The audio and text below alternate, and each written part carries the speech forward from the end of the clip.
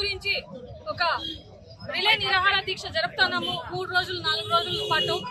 ఎందుకంటే గత ఏడాది జరిగినటువంటి మెగా డిఎస్సి దగా డిఎస్సి అయిపోయింది. మెరిట్ లిస్టు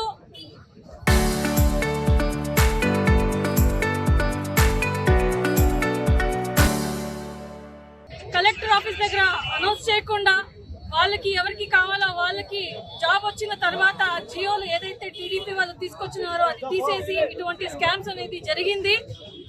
మేము ఎడ్యుకేషన్ మినిస్టర్ ఎవరైతే ఉన్నారో నారా లోకేష్ బాబు గారు వాళ్ళు రాజీనామా చేయాలి. ఎందుకంటే ఆ మెగా డిఎస్సి దగా డిఎస్సి అయిపోయింది కాబట్టి మేము గట్టిగా ఎడ్యుకేషన్ మినిస్టర్ ని దింపేదాకా ఈ రిలే నిరాహార దీక్ష అనేది చేపట్టి వాళ్ళు రాజీనామా చేయాలని గట్టిగా ఉండే మన డిమాండ్ మేము జనాలకి చూపిస్తున్నాము. మేము కూడా మన పార్టీ తరఫున నష్టపోయినటువంటి డిఎస్సి స్టూడెంట్స్ ఎవరైతే ఉన్నారో వాళ్ళకి సపోర్ట్ చేస్తూ ఈ రోజు నుంచి 4 రోజుల పాటు రిలే నిరాహార దీక్ష అనేది చేపడతాం మనం.